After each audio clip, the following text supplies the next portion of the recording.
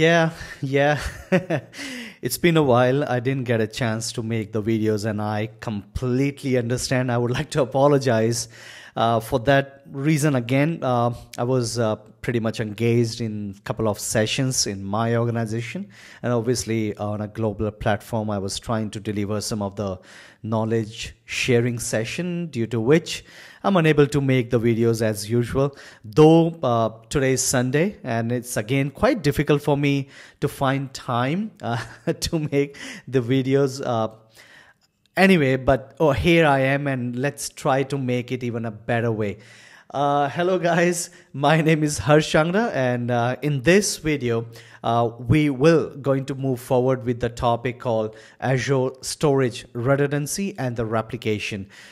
Certainly this is one of the topic because in the previous part where I have already delivered to you, we touch base the topic regarding the security options. Obviously I have not covered Microsoft Defender for the storage account because it is not completely a part of at this moment, but indeed I will make a video in AZ-104 that can help you to even understand that in case you need to go ahead with the Microsoft Defender for the cloud application. And I think the storage is one of that critical component for any of the organization, because data is right there and everybody is care about data right now. So indeed we'll cover that up, but leave that all aside. Let's focus on what we have today. It is all about the redundancy and what does it mean to us. See guys, whenever we have a data, we have a certain category of the data, like this data is not so critical to us, this data is critical to us, this is highly confidential and highly critical to us. I mean, we actually classified our data in such a way there we can at least tell the people, hey, this is extremely critical in case we lose it. So in Microsoft Azure, you have to choose the right redundancy option that can help you to decide how much critical your data is and how much you want your data to be available to all of your clients and of course for your organization. But again, it is not just all about choosing the right redundancy option, but because mind you, if you choose the better critical critical situation method, obviously you need to choose the higher grade of the redundancy option. And if you choose that, money matters. Money is got involved, and as soon as the money is involved, your organization, your operation lead, or maybe the enterprise lead might not happy to choose that option. Reason being, because as soon as your data start growing into the storage, it definitely costs you a lot. And I'm keep repeating this part all the time whenever I discuss about the storage, because I made that mistake, and of course in the real world I definitely don't want that you guys made the similar mistakes. So what you have to do, you have to get the right knowledge first, number one. Second, of course, go to the Microsoft Azure pricing calculator, analyze the total price approximately and submit to your organization. And once they realize, okay, this is the right redundancy or the right option for the storage, then you can explain about the features that we are going to cover in this one. Yes, there are certain situations where you might lose your data, and definitely for the critical and for the confidential data, you definitely don't want to lose in one situation if your organization is really damn care about all those kind of possibility where you can lose your data. And in case they don't want to lose the data, I definitely suggest you to go to the higher level of redundancy option that is available in the Microsoft storage. But anyway, leave that part in terms of theoretical concept. Let's try to understand what the redundancy can help you. I mean, in what particular situation can help you to the right option, because here are 4 right options available for you. 1, local redundant storage. Second, zone redundant storage, which we call ZRS. Third one is geo redundant storage, GRS. It's one of the good option. I'll explain that. And the last is geo zone redundant storage, GZRS. Now, once you choose any one of these 4 options, obviously there are certain things matter inside. And Exactly, that is what we are going to learn in this video as well. So start with one thing, the Azure Storage. Obviously, I like to inform you that Microsoft initially, once they started back in 2016 or I think 2014, if I remember correctly, they only have 2 copies of the data into, multiple location if you wish to proceed with the redundancy choices. But now Microsoft actually copies 3 times your data into the different location. So I'll explain that in a better way so that you can understand things in the right option and right way, so that once you have these options in front of you, you need to know which option is the right to choose. Obviously, it's all about the resiliency. It's all about the possibility in case of any of the data center fails, what you're going to do about it. Microsoft takes the SLA, obviously service license agreement, for 99.9%, which is great. But it could be a possibility if the whole data center is down, then you are in vain. You are in trouble, because in that case, your data might not recover if you choose one of these 4 options. Obviously, I'm not going to say all options are like that, but if you choose one of that option, you are in deep trouble. If you really want to recover your data, Microsoft is not responsible for that. That's why choose the right option wisely. The second thing, leave that, is durability, availability. Obviously, it's all about the availability. We are taking care of our data now in our organization, and we better know in the real world how much your data cost to you and to your business as well. So let's consider your business and let's think about on those scenarios and the possibility, and talk about these all 4 different redundancy options so that you can choose the right one and proceed accordingly what options we are having right now in Microsoft Azure. So guys, start with the very first option. I would like to explain about the locally redundant storage. See, once you start creating any of the storage account where we have Azure files, because maybe your organization is planning to use Microsoft Azure files to store your data centrally. Obviously, it's on the cloud, and your organization definitely wants all of your organization members can create and save their data to the Microsoft Azure wherever they go, and that's a kind of a requirement. And imagine all of your departments, all of your people, in case lose their data.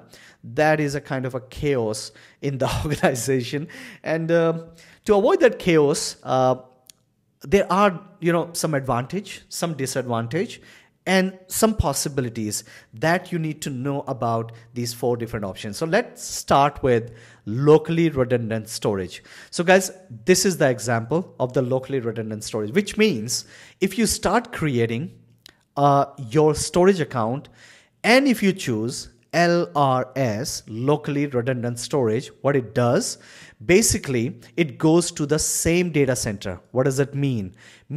If we choose, let's say, Central India at this moment as our, the primary data center, obviously while choosing the right storage account option, you have to choose the right region as well. So you choose Central India as an example. So it only goes to one data center, and data center is now you saved as a storage account. That's okay. Start copying data and everything. That's okay. So actually within the same data center, your data will be copied to other servers as well. It's pretty neat and straightforward. What does it mean?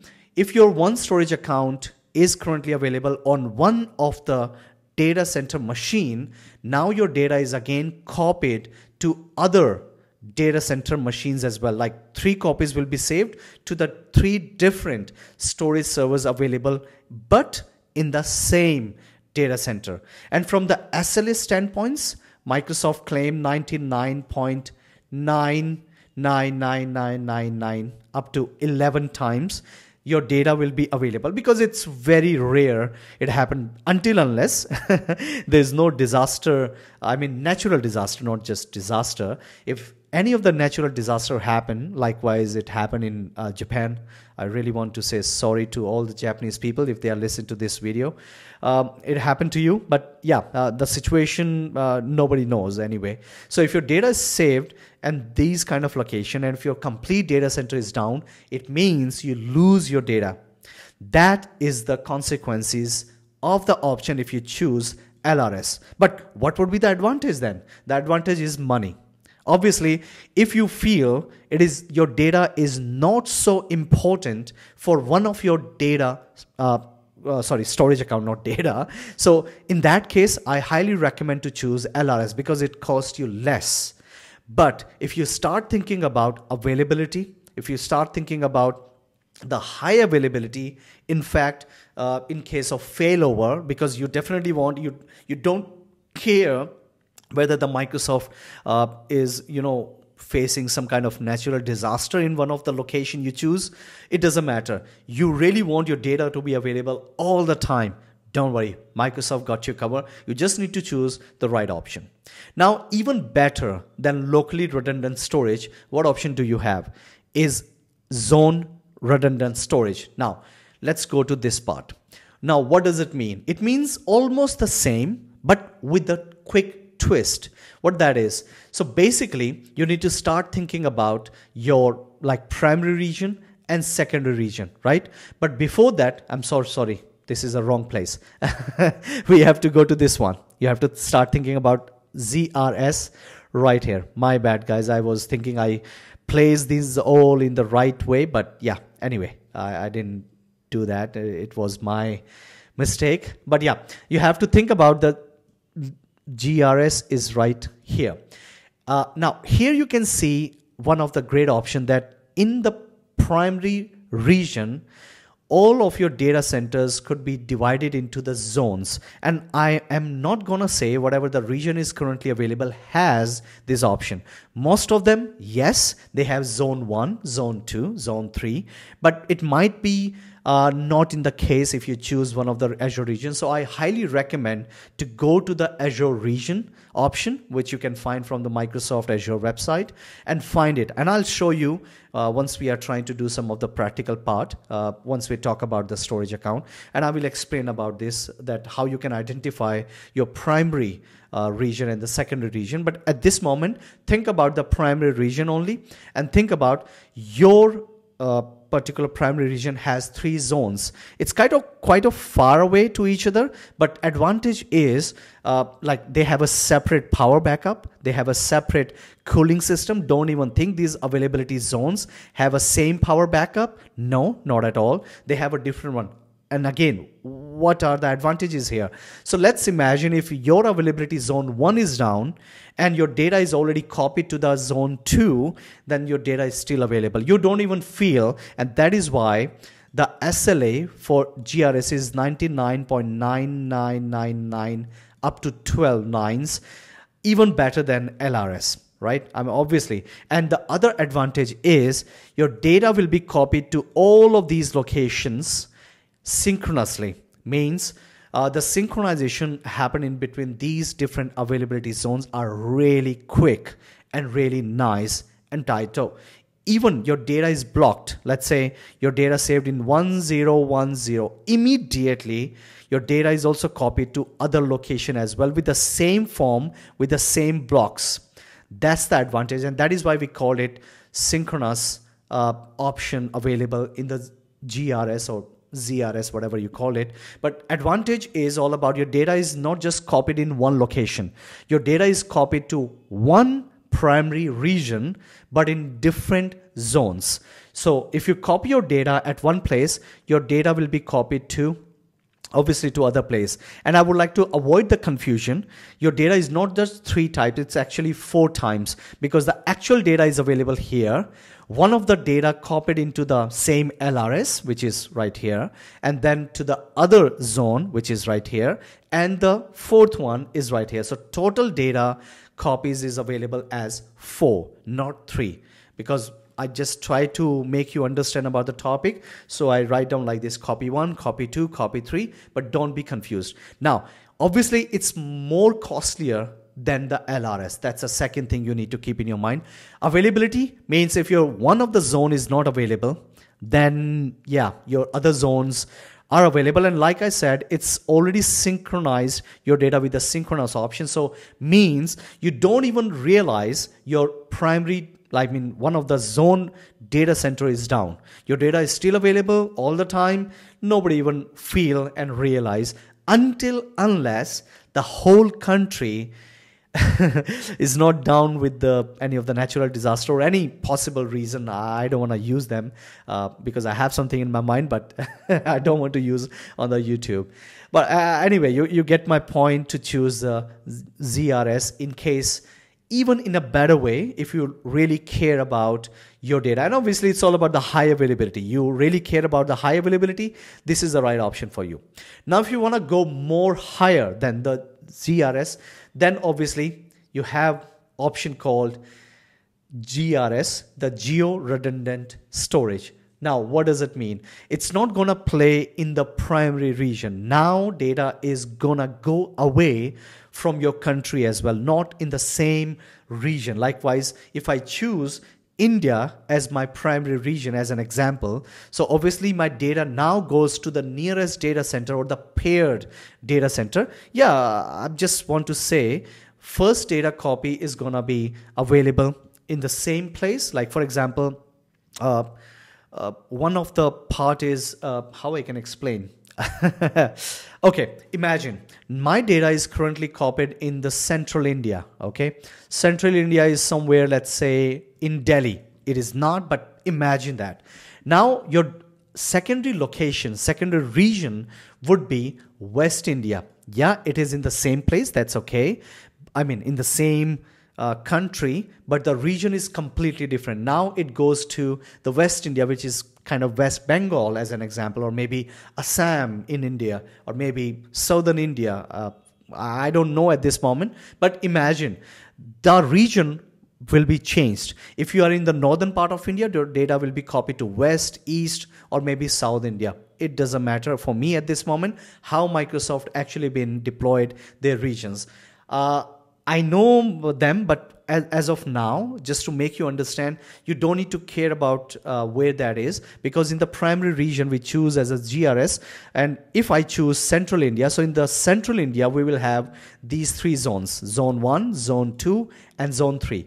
But here in the GRS, your data will be copied, the exact data will be copied to other region, which means maybe in West India at this moment. And obviously, if the synchronization is been designed by the Microsoft to other country, yes, that is also possible. But again, you have to understand Azure paired region to proceed with understanding that. But mind you, it costs you even higher, because if the completely primary region is down, your secondary region is available to recover your data, and your data will be copied as usual like this one in one of the LRS. I mean, it's already been saved, one of the copy in the LRS, in the same data center, in the same primary region. Similarly, on the secondary region, the data will be copied in the same way in one of the LRS as well. So again, availability even 99.999 up to 13, even better, because your data is not gonna lose by anyway, unless the whole India, whole country data centers are down, which is absolutely a rare sight. And I consider that as not possible at all. Even you choose any of the region in Microsoft will definitely not been designed in such a way that whole country is down, right? So yeah, this is really a brilliant solution to, in case you want high availability and you have some kind of important or like very important data to take care of. Then you choose the RA, not RAGRS. RAGRS is what? Means now data is not gonna copy as synchronous, it's gonna be asynchronous. Data will be copied, means the data will be there, yeah, 1010. It may take some time, obviously based on latency being configured in one or these two options, whatever. And the geo replication will be copied to other region. Might be it takes time, because imagine that if you choose GRS and for some reason, not region, reason, I have to use my, tongue twister here to make it pronounce even better. But anyway, if there's any reason for region is down, then imagine that the complete primary region is down. what is going to happen? Guys, why it is called asynchronous? Because don't even think your data is going to be immediately available to all of your users. Not at all. Not at all. Now, here what you have to do, you have to proceed with the failover option. Now, failover is one of the process is currently available in Microsoft Storage account. I'll show you right now in just a few minutes where this option you can find. And this is really a brilliant way to actually tell Microsoft, hey, I understand your primary region is down, but I want my data to be available for my users. Kindly proceed with the failover, and all of my network operations to access my data is now transferred to the secondary region unless the primary region is not up and running. And that is exactly happened behind the scene. So once you proceed with the failover, your data is going to be transferred to the secondary region. And again, your data is available to proceed to access. But mind you, it's a read-only copy. That's why we call it read access GRS. The data is a read-only copied. So at least the data is available if you want. Yeah, you can download and modify, but don't even think your data will be immediately synchronized to the primary region if you actually upload a new copy to the secondary region. Because what is going to happen behind the scene? Unless the primary region is not up and running, your data is not going to copy to the location. So this is something you need to keep in your mind while choosing the right redundancy option. And of course, one of the most costlier option in Microsoft Storage account is GeoZone redundant storage. It's a combination of ZRS and GRS. It's both kind of same thing. Likewise, your data is going to copy in the availability zones in the primary region, and also in the secondary region, data is also going to copy just like we had in the GRS. Same thing, but just combined additionally here, the option is just the primary region and the second region copy is available. And obviously the failover option is available. And here your data will be available 99.9999 up to 14 times, even better than anyone else. And obviously, if your data, let's say your data is gone from the availability zone 1, don't worry, your data is still available, obviously. And the second, if the zone 2 is also down, don't worry, your data is still available. Again, if the completely primary region is down, then your data is also going to save to the secondary region. Again, you have to proceed with the failover. Once you do that, your data is going to be available to the user.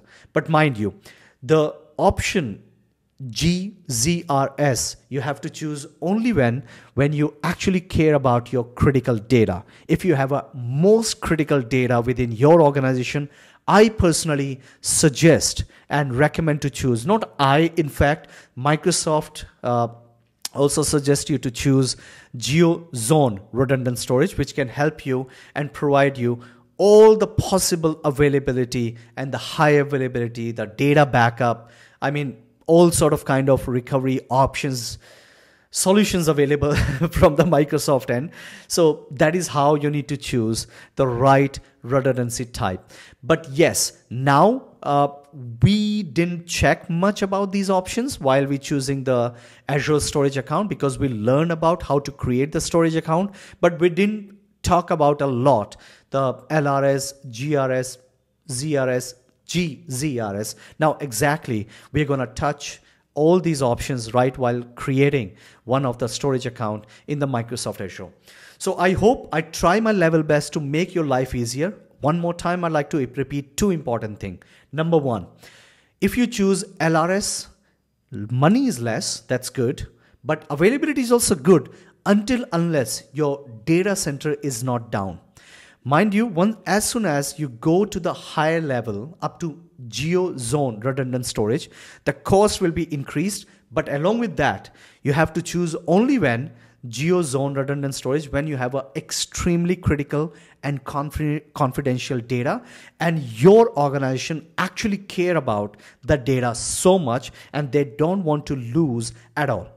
Additionally, though it is not a part of AZ-104 to tell you, but I'd like to share with you that all these data is gonna also have the hardware level encryption as soon as it reaches to the data center storage servers. So again, your data is modified in the sense your data is encrypted, and of course it's been safe with the Microsoft keys, and it's really one of the brilliant solution. I just want to tell you there are 3 different kind of encryption being applied on these storage account as soon as your data goes to rest on these options. So again, choose the right option. Obviously you have all these details, but I like to showcase some additional information about Azure regions and where is your data centers are, which can help you to even go further while choosing these options. So guys, let's move to the Microsoft Azure and let's see where we can find the most important thing, that is redundancy and the replication in case you want to proceed with the failover.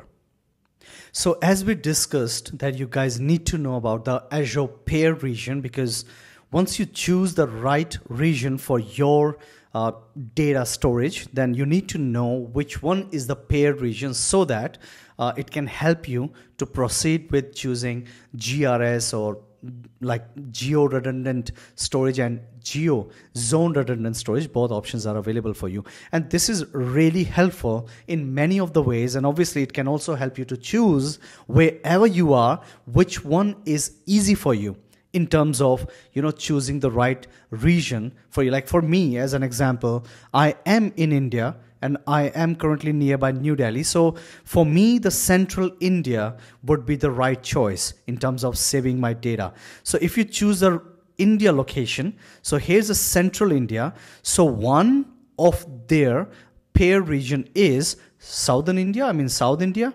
And second, obviously for the central India region is the West India, like we discussed about it.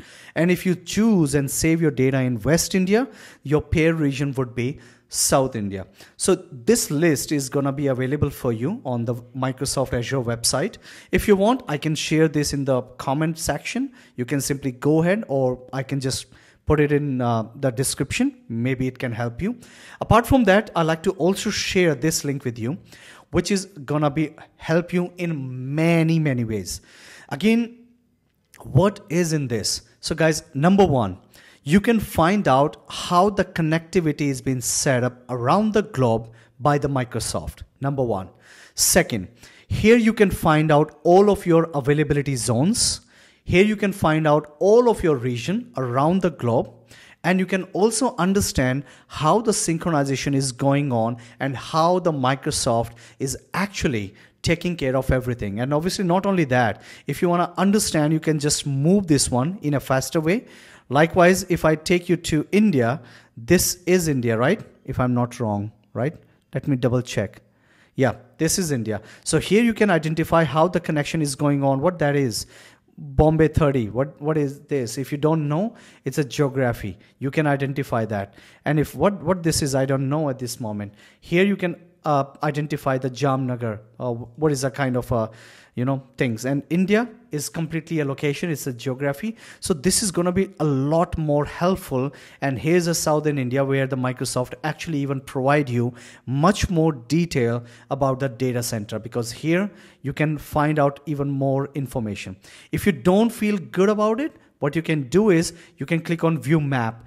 Here you can also even see more detail under one place. You don't need to worry about this spinning the globe. You just need to go here and identify which one is the right location for you, how they are connected, and how it is going to help you. Even here is a wind farm. So wind farm is also being managed and maintained by the Microsoft. So here a lot of things, and here's the kind of much more filter options available. What you want to see, you can identify here based on your requirement. Anyway, this is just an informational link, and I highly recommend to at least go through once you have these details with you.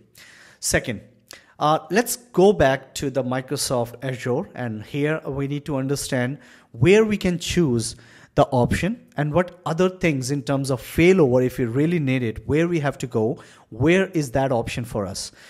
Like I said, the stops, not stops, The steps are pretty much easier, but I always say that because you don't need to worry now. Microsoft Azure makes your life a lot more easier as compared to the older time when I was working. We have to take care of everything, but now Microsoft actually just provide us an option. You just need to know where you have to go and choose the right option. Click on that button, your job done. But when I was working in my era, I have to set up the complete failover settings, including the IPs, the servers, the disaster recovery applications and softwares, whatever we try to use at that time. Everything need to be done by us. But now just click on proceed with the failover, your job done. It's that easy now. So anyway, where you have to choose while creating your storage account. So let's say if you're trying to create a storage account and you give any name, like for example, test, I'm so sorry, I need to type everything small, test storage, that's okay. Oh, come on. Okay, it's been taken by someone. How about this? How about this? Oh my God, really? Already taken. How about this? Should be good or not? I don't know. Oh, yeah, seems good. Wow, interesting. Anyway, here's a redundancy option. So I remember I told you, hey, you don't need to worry about this at least at this moment. We can talk about this later. So here we have this option. So as you can see, we have options with the LRS, GRS, ZRS and GZRS. But what you need to learn is recommended for non-critical scenario, that is for LRS. Recommended for backup scenario, geo redundant storage. This is for recommended for high availability and recommended for critical data scenarios. So that is how you actually choose your redundancy option. Explanation you already know, but here's a settings, here's a place you need to choose. Now imagine one more thing, that in case you really want to go back and imagine you just go to your storage account and now you want to change these settings, the redundancy settings, where you have to go, where you can identify that, where you can identify these options and what option you have to choose there. Guys, Microsoft has been now combined failover and redundancy settings under one option. Previously, these two are different. Failover option was under the properties and the configuration, and geo replication was a part of where you have to change the redundancy option. And in the older time, if you have a geo replication, you cannot choose back your storage account to LRS. And I want to tell you, frankly telling you, a hell of the people, not a lot, a hell of the people actually complains about this, that hey, I accidentally created my storage account with GRS and now our organization would like to move back to LRS. And obviously I didn't find this option because in the older time, if you choose GRS, you cannot go back to LRS. Yes, you can go from LRS to GRS, but not opposite, not vice versa. But anyway, right now we are already in GRS, which is geo redundant storage. And what you need to do here, just click on this under data management, you have redundancy option. Step number one, you have to understand this. The central India is my primary location, as you can see, and secondary location is the South India, which is right here. And you can identify with the primary location and the second location on the map. It could help you a lot.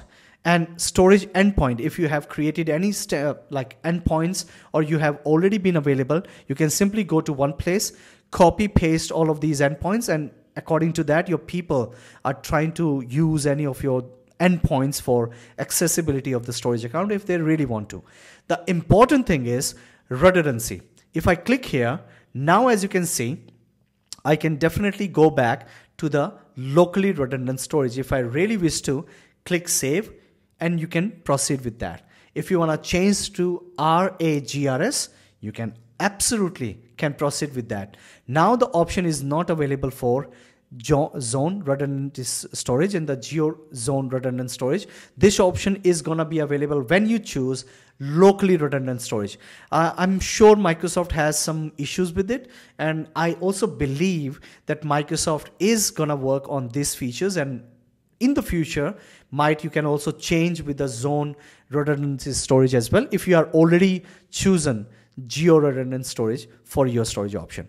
So here's an option where you can choose if you want, just select the right option and click on save. As an example, I can proceed with this, or if I have geo-redundant, I can proceed with this. Right now, it can show me that read access geo-redundant storage is currently configured.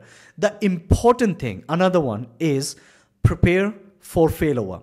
If you click on this, on the right hand side, let's say if you start saving your data into your file shares, containers, queues, tables, wherever, so it actually start creating a kind of a snapshot, or a kind of a timestamp, or we call it RPO, the exact time of that particular snapshot has been taken.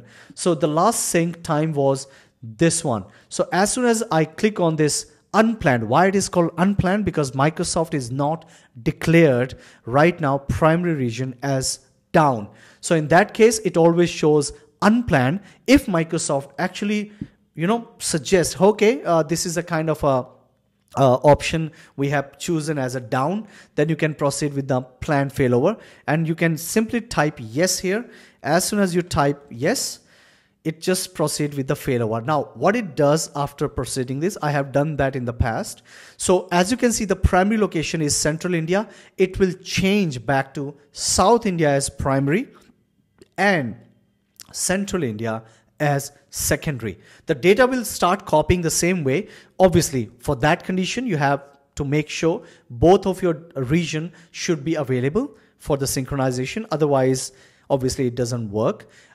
In that case, if one is working, one is not, then obviously your data is going to start saving in the secondary location, which will become the primary after you proceed with the failover. So there's an option, here's some details that you need to know about the storage account. Nothing more at this moment from the redundancy option. And I hope it clarify all of your questions. If not, feel free to comment and I will try my level best to respond you back. So anyway, let's move to the next topic, and it can be an interesting one because we have not covered in any of the videos in the past. This is fascinating. I personally feel that Microsoft actually resolved one of the big issues that people are facing while deploying their storage accounts. And why we actually create a storage account is for the data purpose, right? And if you remember, we discussed about the permissions, and we also talk about the people who, like especially from the application developers and those website developers who really wants to access something, or maybe they want to upload something to the storage account. And they met some of the issues, and I would like to use one of the use case so that you can easily understand about the blob object replication. So guys, imagine from the use case that I have created one of my storage account in Central India. That's fine. That's okay. I can do that. I am in India and it is the nearest data location at this moment for me from the data center point of view. That's okay. What about the people who is currently sitting in US? Okay. What about them? I mean, we have one subscription, and obviously the people, this is not a storage account, this is just the people. and imagine they would like to use this storage in India. What do you think about the experience? Obviously, the experience would be really, really bad, because here the question is all about low latency. And of course, you won't get at all the low latency because the distance is quite far away.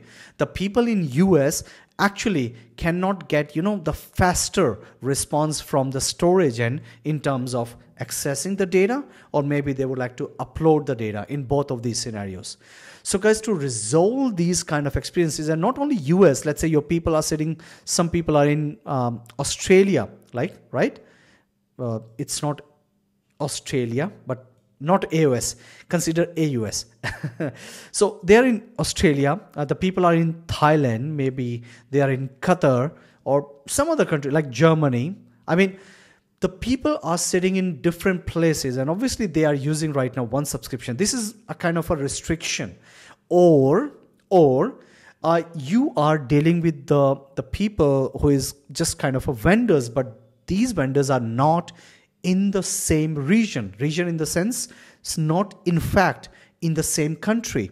If they are in the different country and you would like to share something with them, and if these people are trying to download the data, yeah, it is kind of a hustle, because if the data is around 30 terabyte, then you can imagine the performance from the Azure. And obviously it makes sense, because if your data is currently sitting in India and you're transferring your data from India to US, two things. It takes a lot of time, because here the latency would be really high. You cannot get the low latency at all. Distance is one matter. Second, the routing, the IP routing has been set up, so it takes from one hop to another. I mean, one device, the network device, to another device, and then trying to reach to the destination. So to avoid that problem, the Microsoft comes with a solution that called blob object replication. Now, what I'm going to do here, step number one, I need to understand, I need to make sure I have the access of the subscription. I must have the complete access as an administrator of all the subscription. So I create one of the storage account in India, one of the storage account in US, and now I enable a replication or kind of a synchronization between these two different storage account. That is how, and of course not the complete storage account, you can control what do you want to copy to the destination. Exactly. And not, I mean, there are a couple of filter options, like you want to just copy the data with a certain name or something like that. You can also enable it based on the settings available. So what it does for you, it can definitely provide you the minimizing latency, because the data is copied to the US and people from the US can easily access the data. And as soon as they copy the data to the US storage account, it will also sync back to your India location. That is how people can actually work at a faster pace. It can, of course, increase and improve the efficiency of the workloads, because workloads doesn't feel so much in trouble. And of course, you can set up a kind of a synchronization time as well. So if you don't want to use your network all the time, you can also enable the specific time frame where your data is going to copy from one location to another. And that is, I'm talking about the blob storage only, nothing much, no Azure files at all. Optimizing data distribution, obviously it doesn't matter whether you are in US or Australia or Thailand or any other place, the data will be distributed to all of these locations at the same time. And why it is considering as a part of the optimizing cost, because like I said, you are enabling the synchronization based on the time stamp. You can choose by yourself, or you can choose what data you want to copy. If you want to copy everything, that's another story. But if you want to copy only one specific thing, that's another thing. So this is how you're going to play with this, as simple as that. But yes, there are a couple of settings you need to enable to proceed with the practical. And obviously I will tell you in this video how you're going to enable it. Again, the use case here is if you are sitting in India and your colleagues and other people are currently in different location, or in fact, if you are having a different subscription within your organization, still you can enable this blob object replication in between two subscription as well. Though I have one, because steps are gonna be the same. The difference would be the same subscription or the different subscription, that's it. So I'm gonna help you to set up how you can enable it, and it is gonna help you in a big time once you join any organization, because here you have a source account and you are copying your data to the destination location or destination account. As you can see, the same data has been copied, and it will be like this is gonna be asynchronous, like asynchronous replication. Similarly, if you have the same source account but you want to copy to the other location as well under multiple different region, you can also enable it. And obviously you don't want to copy the same data. You want to choose another container has another data to the different region with another data, which is absolutely okay. Different data you can synchronize in the different locations. That is a beauty of the blob object replication. So guys, let's go ahead and learn more about this. I'm sure it has been very much clear to all of you that why we are trying to configure the object replication. For that, I just like to repeat one more time. Object replication is all about the blob, specifically for the the blob, in case you have a data at one location, and obviously for a purpose, if your team member is sitting somewhere else in the other location, you can still synchronize all of your data from your primary source location to the destination. Now, how it is going to help you in a big way, because obviously if your data, let's say, reside inside India and the people are sitting in US, it's not going to be a very good idea to just keep, access the data straight from India, even though they are sitting in US. So it would be always good in terms of, sacrificing the speed and of course the overall, transmission in between one virtual network to another one, to avoid all of these issues with the slowness, the latency issues, all other things. I think we would better go ahead with the object replication. Believe me, it's so simple, so easy. So for that to achieve, we have to first go to the storage accounts. And at this moment, I'm using storage version 2, and I have already created one of my source location, obviously for the storage account, that is HarshArena storage. And don't forget to check the location. It's in central India. All right. Now, if you go here, the very first step you have to keep in your mind that you have to enable two things. One, versioning. And second is change feed. You can find this setting under the blob service. Over here, under the blob service, you can find here, it's a part of the data protection actually, just to clarify your questions on that. Simply click on this versioning option, which is currently as a part of disable. In your case, if you have deployed already one of the storage account, you might see these kind of settings that is not enabled for versioning for the storage account in terms of tracking. And of course, we need to also enable the blob change feed as well. Now, why these both of the settings are important? Enable versioning is all about the data that you have actually saved in the storage account have all the versions if somebody has modified anything. So all of these versions is going to be in a stable mode. And of course, you can go back if you really want to the previous version. That's the overall the advantage. The second thing is change feed. If you have been modified anything on the data in terms of that, particularly the scripts or maybe any kind of data CSV file, another example you can keep in your mind. So all of these possibilities are there. In that case, the tracking is so important, and like I said, it's actually the feature of the data protection. So that is a very primary step that you have to enable on the both locations, obviously. So I'm going to save it for now, and it's done. Now if I go back to this HarshArena storage, you have to click on this containers, right? Because it's all about the blob. So here I have not configured anything at this moment. So let's create a new container as a part of HA data. As an example, it's fine for the practices. And I have created one of the container because I'm creating one of the container as a blob here.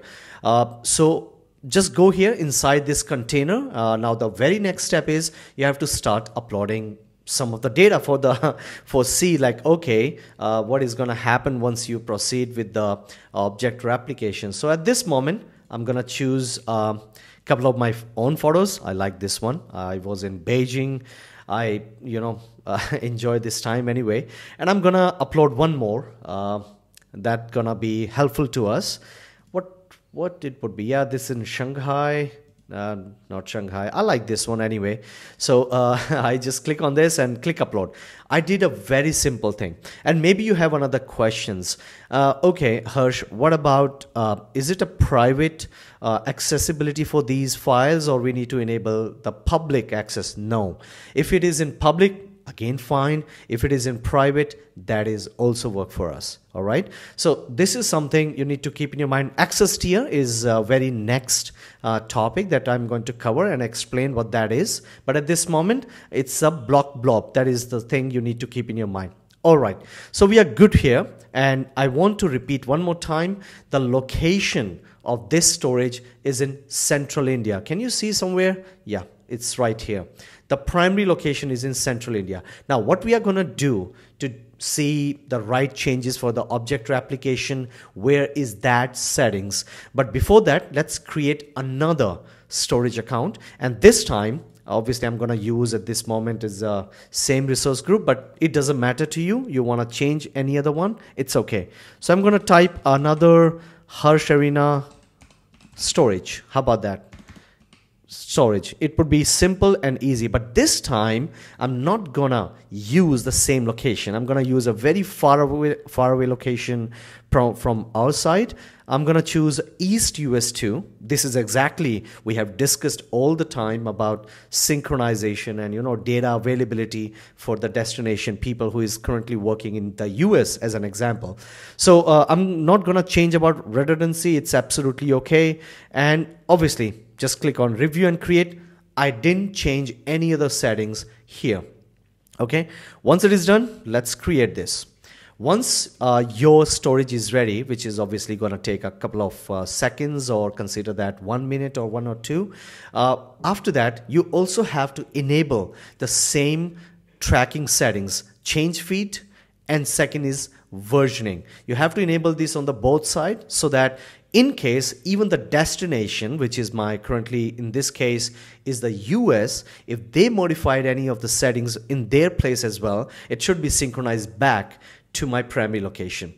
So that's deployment is completed. Let's go to the resource. Let's first check in terms of the containers whether our settings are enabled or not. No, the versioning is disabled, so I'm gonna enable it. I click on this versioning.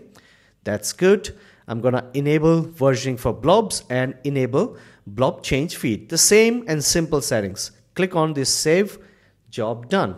Second thing, to make sure the replication should be enabled on both sides, you have to understand, you have to create a container on the both side. Obviously one side I have created, but this time I'm gonna create an empty, means I do not copy or save or upload any of the file and the data at that side. I'm gonna just create an empty container, because we have to choose which destination container you want to choose from the destination. So I would like a game, okay, US data, simple as that, okay, to avoid the confusion. So I just hit create and job done.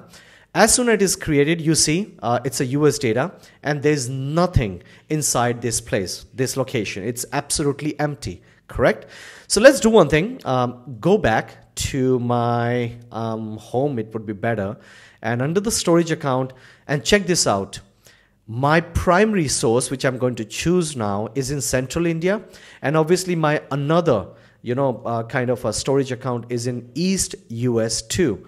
So for this practice, what we are going to do in a real world, also you can do that. I personally did a couple of times.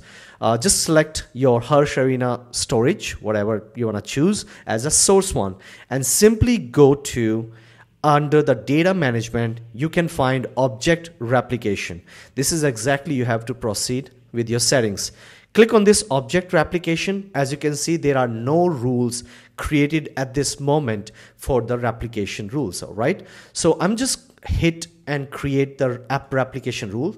And this time, there are two things you need to again remember. One, you can obviously go to within the same subscription, or if you have multiple subscription but you have the right permission, you can choose any other subscription as well. So it's all about the cross tenants. A replication is also possible in this case. I just want to avoid any kind of confusion. So I'm going to choose at this moment the destination subscription, which is obviously I have one, and the storage account. It will automatically analyze which other storage account you may have. So obviously I need to choose the destination one, which is another HA storage. This is exactly we have created. And right now, once it is done, you have to select the source container. Obviously, I have created a data as a HA data where I have all the data I've copied, and I want to start replication in between US. So unless you do not create the container, you won't find any information here, and you cannot create any of the replication. Got it? So once the US data has been selected, here's the settings for the filtration. Just click add, and here, in case there's some kind of requirement you have. Okay, if any of the file starts with US, you only want to copy or synchronize that for the replication point of view.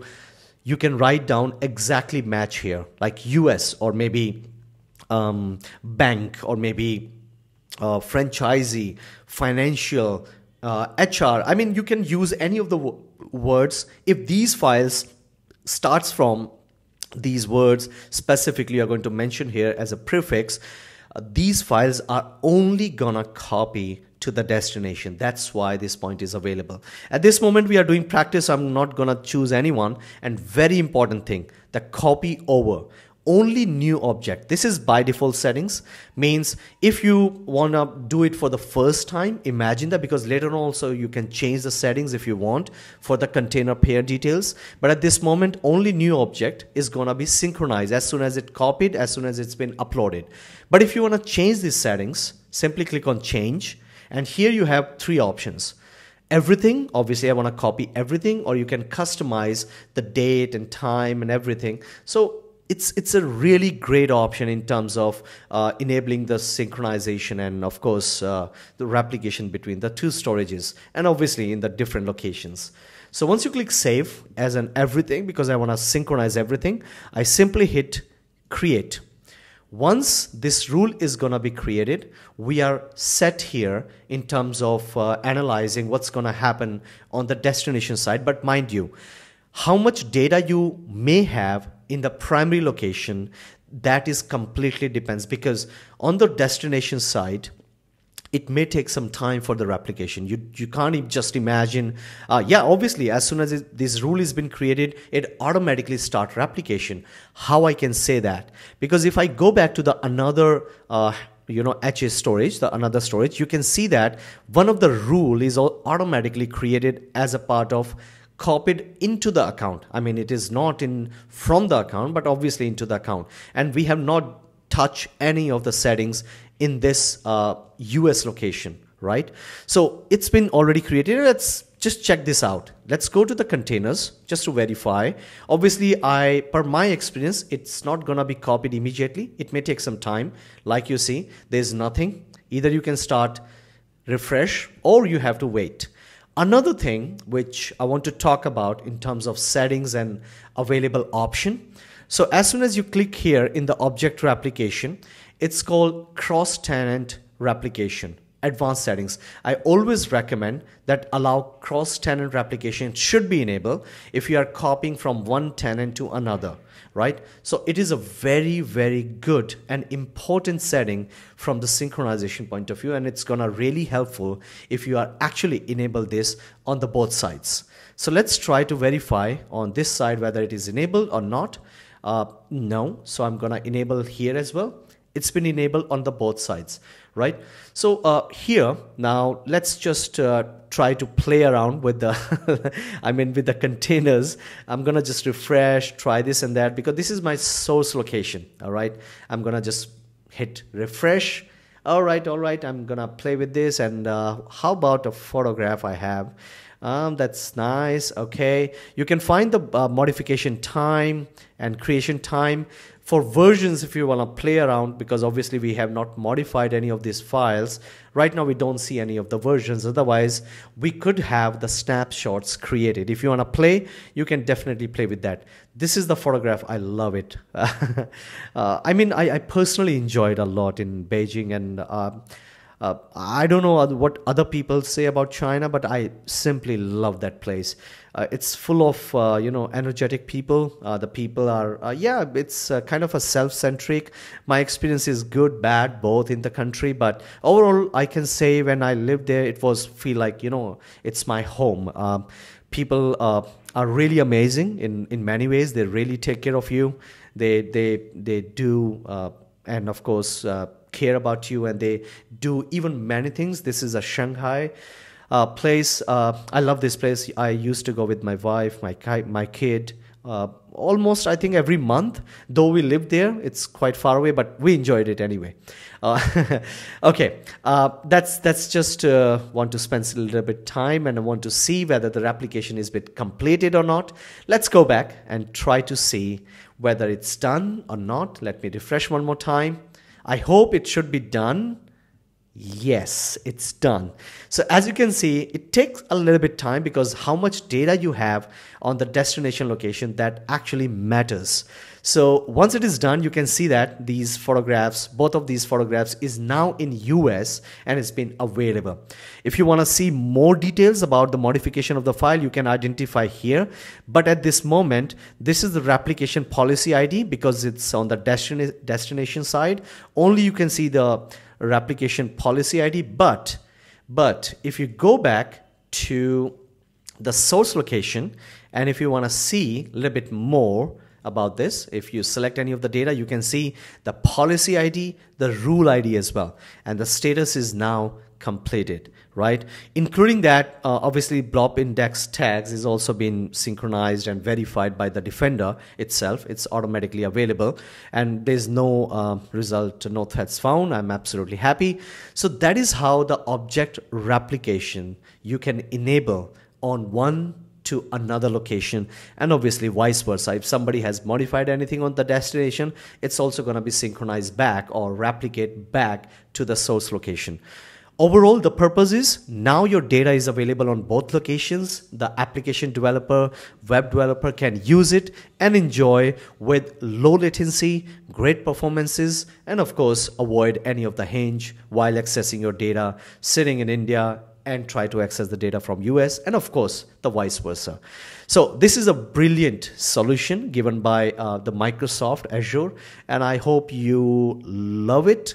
At least I love it personally because it helped me in many ways. Yes, there's one additional problem I want to mention here is you are copying the same data to the destination location. But believe me, if you have a huge data in the container, at least it is better than accessing your data all the time from US to India. Reason being, you are not actually been using that much your virtual network because if your data is in the place like in US or India and you have a huge data, so all the time the transmission and data at rest, everything is going behind the scenes. So your virtual network is going to be involved, your networks is going to be involved, as well as your storage is also start transmitting in and out all the time. So with combine all these things it costs you a lot if frequently things are moving and you have a lot of people working in the organization.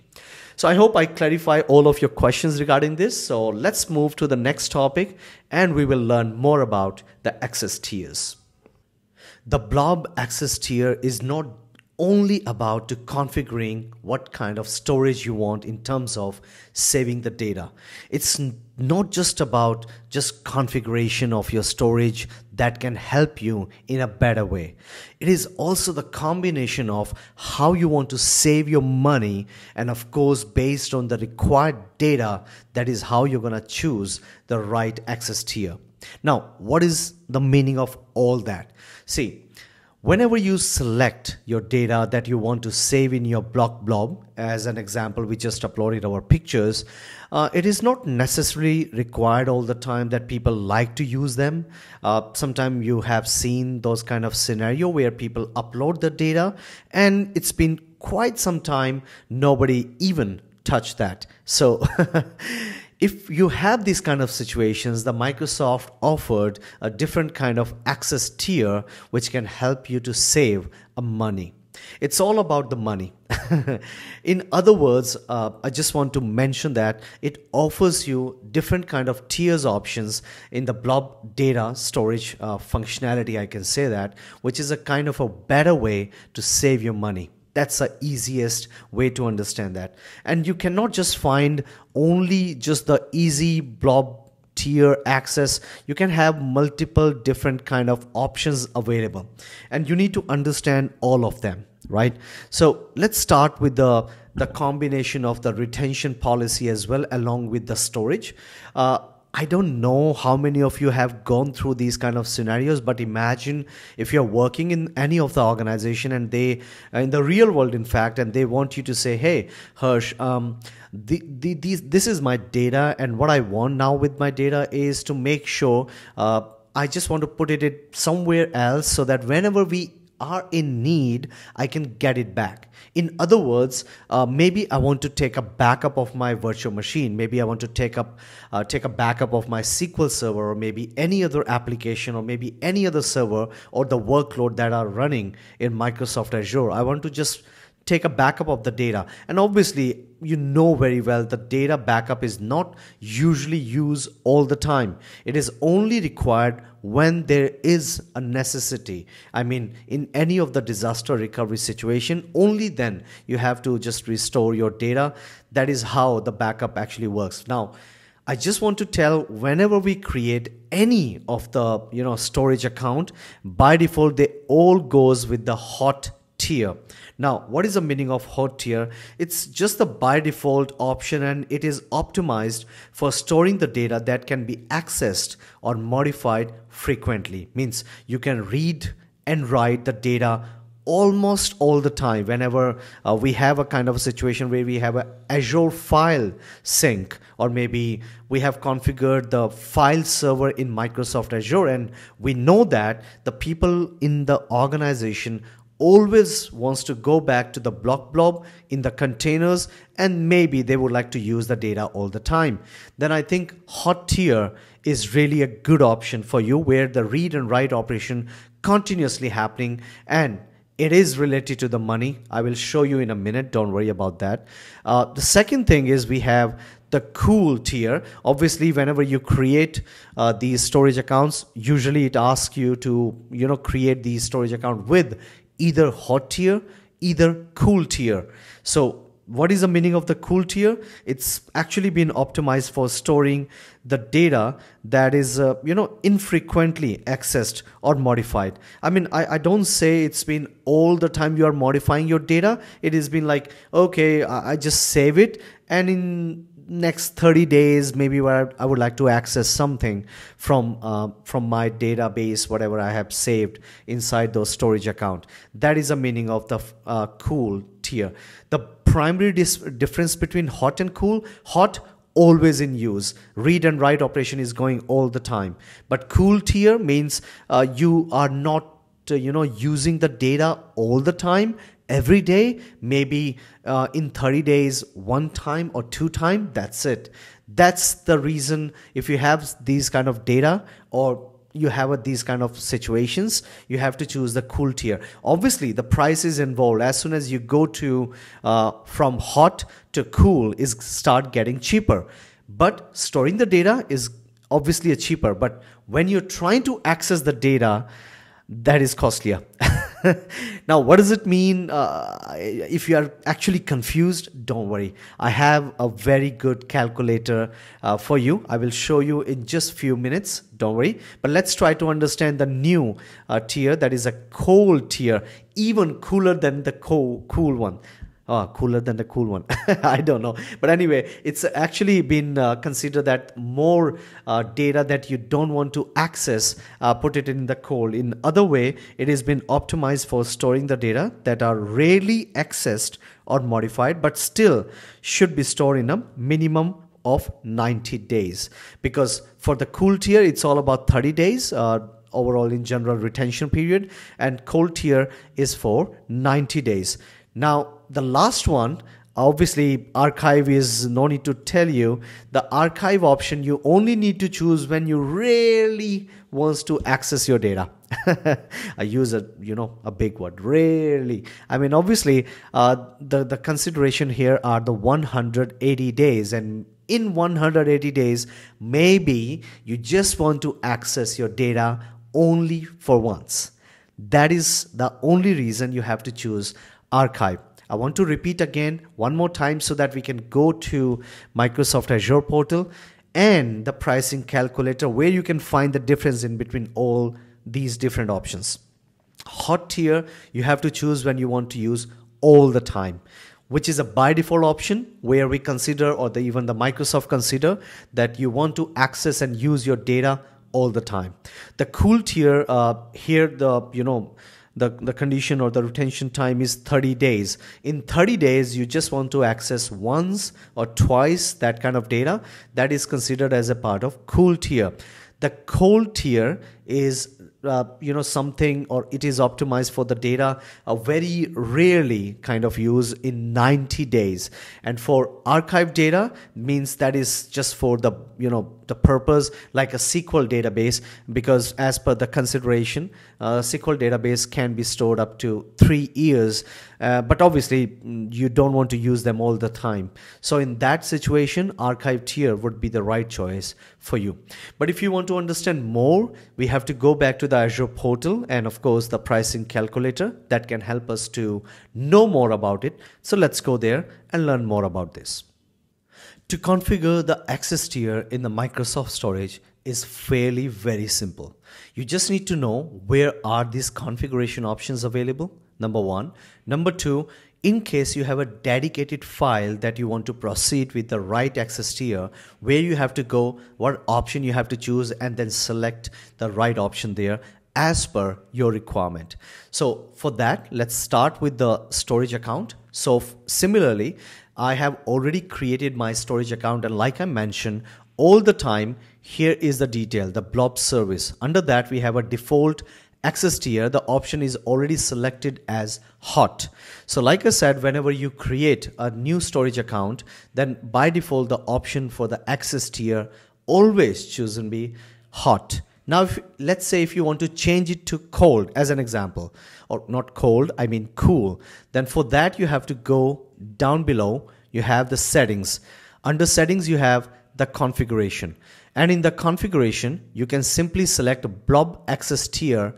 Default option is here, is hot or cool. You can choose this one, but only it gives you the option for hot and cool. You cannot see the cold and the archive option because overall the complete storage account doesn't support that.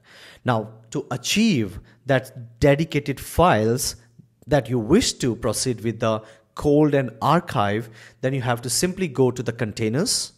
Under the containers, select the container, go inside, select a dedicated file, any file that you wish to proceed with the access tier, like in case you want to change them, simply click on change tier. As soon as you click on the change tier, here's an option called hot, cool, cold, and archive.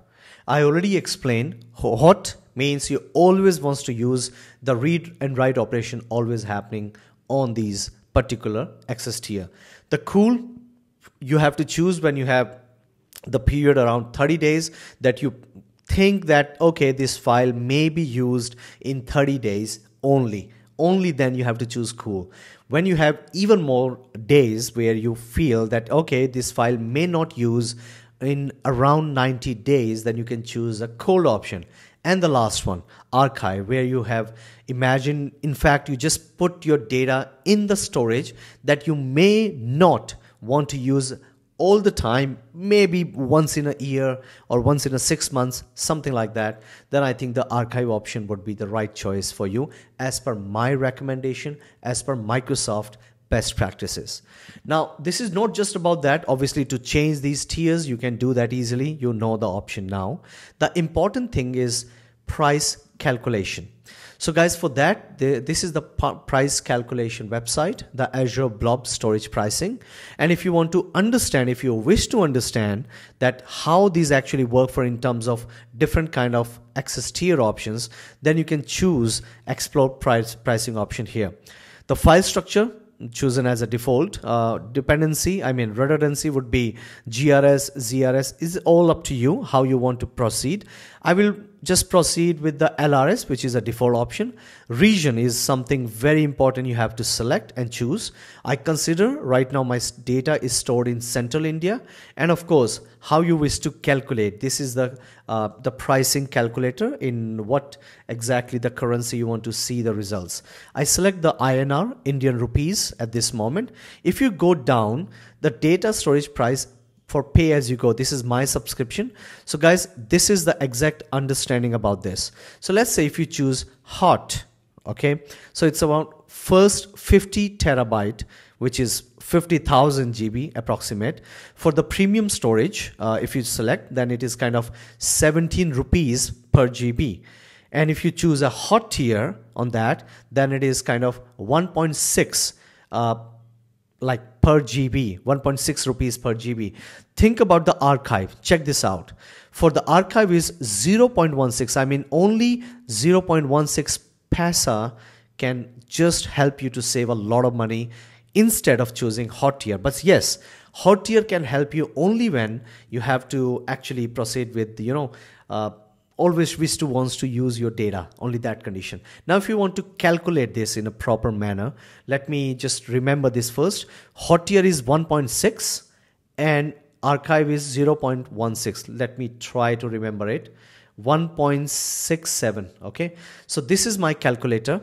And if you would wish like to calculate for 50, terabyte, so 50,000 into 1.67 equal to, I mean, approximate 83,500 rupees you have to pay every month if you are planning to save your data, this much data. But again, for the hot tier, now let's say if you have, archive tier, which is the last option we have, that is a 0.167. How much does it cost? 8,350. Only this much. Now imagine how much money you can save if you choose the right option there. But it is not just finished here. If I take you back, if you go a little bit down, okay, here is something. Yeah, this is something very important. Come on, my mouse. Operation and data transfer. Now this is something also you have to keep in your mind, because we have to think about the situation where, if you choose in the hot tier, the cost will be 6 rupees for every 10,000 operation, read write both combined. Think about the archive, it's more than double.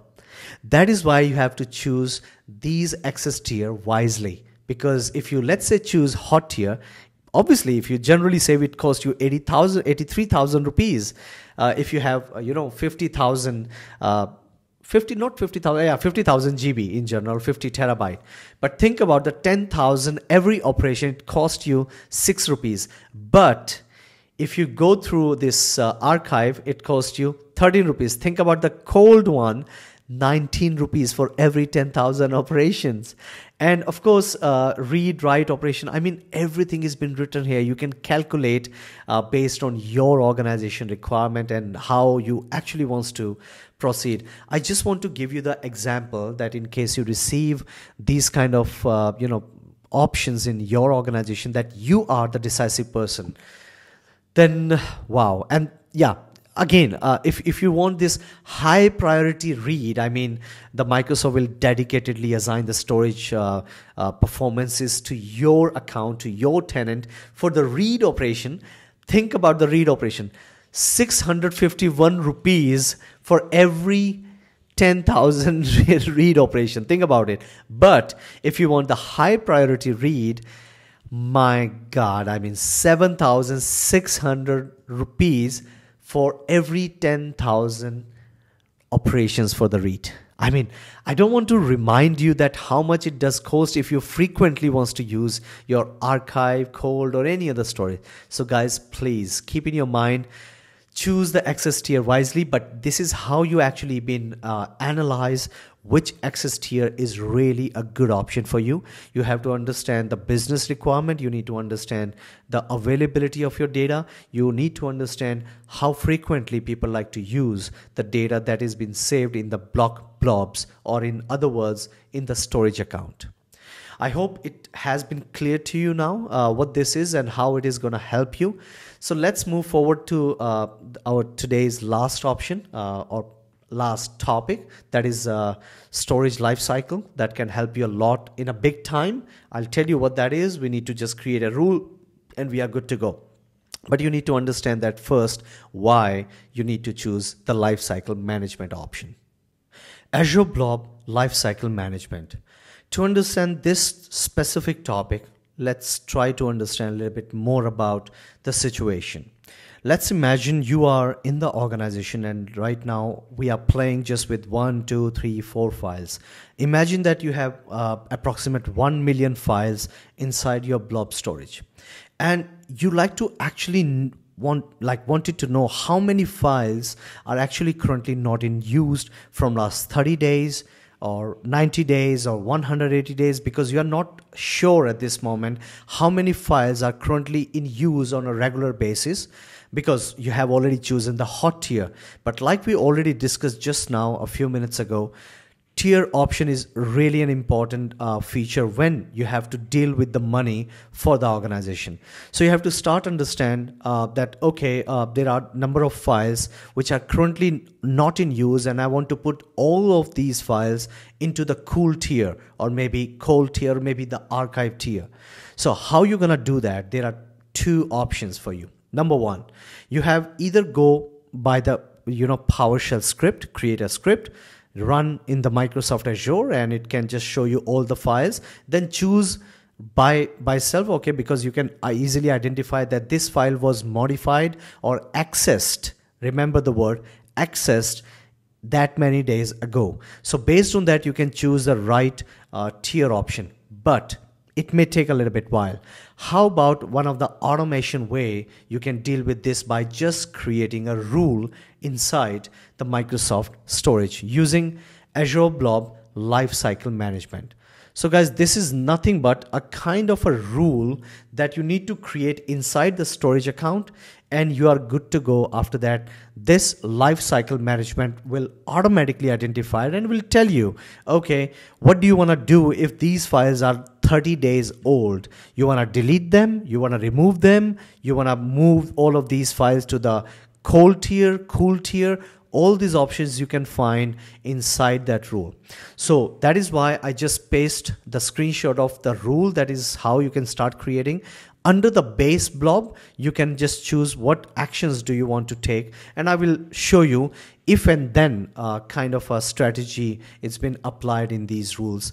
And to make this understand, we have to go to the Azure portal and try to learn this in a quick way, because you just need to know how to create this policy and how it is going to help you. I already have given you the example. This is it. You don't need to remember much. You don't need to know much about this. To configure the successful lifecycle management rule, you simply go to your storage account, because this option is straight away available, and you just create in few seconds the policy that can automatically work for you behind the scene. So under the storage account, you simply have to go to the data management. Under the data management, you may have the lifecycle management option. In the lifecycle management option, you have to start creating a rule. Simply click on the create a rule. Give any name like old move cool. It doesn't make much sense, but yeah, here for me it's fine. Old move cool means older files will move to the cool storage. That's all I would like to mention. Second thing, apply rule to all the blobs in your storage account. Obviously, I may have multiple containers, so I would like to apply to all of them, or you can select a dedicated one. It's again your choice by using the filtration option. The blob type is a block blob or append blob. Obviously, my current blobs are all block blobs at this moment. Blob subtype, snapshots, versions, it's again your choice. You would like to add up this option or not. I would like to just proceed with the base blob at this moment. Simply click next, and after that, here's a if and then. So if last modify or created, you can choose the way. Last modify for 30 days as an example, okay? What will happen after that? So I want this to move to cool storage. I think that is what I want to do.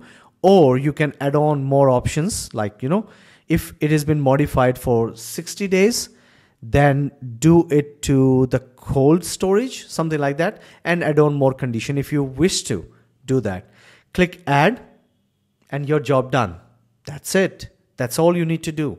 What it does for you, if the files are older than 30 days, which has not been accessed, not just modified, accessed for 30 days, it goes to cool storage. And if it is more than 90 days, then it automatically goes to cold storage. So again, it's an automated way, especially for those scenarios where you have tons of files and obviously, you know, those kind of data available that it is very difficult for you to analyze, or you don't have, you know, much time. You just want to do it in a quick way. So I think this is the right and the quick automated way. And of course, based with the machine learning capabilities within the Microsoft Azure, this thing starts working immediately. Personally, I have seen this. I have implemented in my organization for which I'm working at this moment. So I really feel this is really an interesting feature and really helpful to a lot of the people. So yeah, I mean, that to be all for today. We have covered up a couple of topics, very important from the standpoint of the storage on the Microsoft Azure. And I believe that now it has been very much clear, and in fact more in details, that what are the actual important options available if you wish to maintain and proceed with the Microsoft storage. So one last time, I hope you find this video quite helpful and informative. I hope you learned quite some from this video. I again want you to just proceed with the learnings, and I'm creating these videos for the knowledge purposes. Certification is one thing, but my main target is to gain knowledge, how the thing is moving in the real world. So thank you so much for watching these videos, guys, and once again, thank you again. And please take care of yourself, your family. Happy learning, keep hustling, and I'm sure you will achieve big in your life. Thank you so much for now. I'll see you in the next video. Till then, take care. Bye-bye. Peace.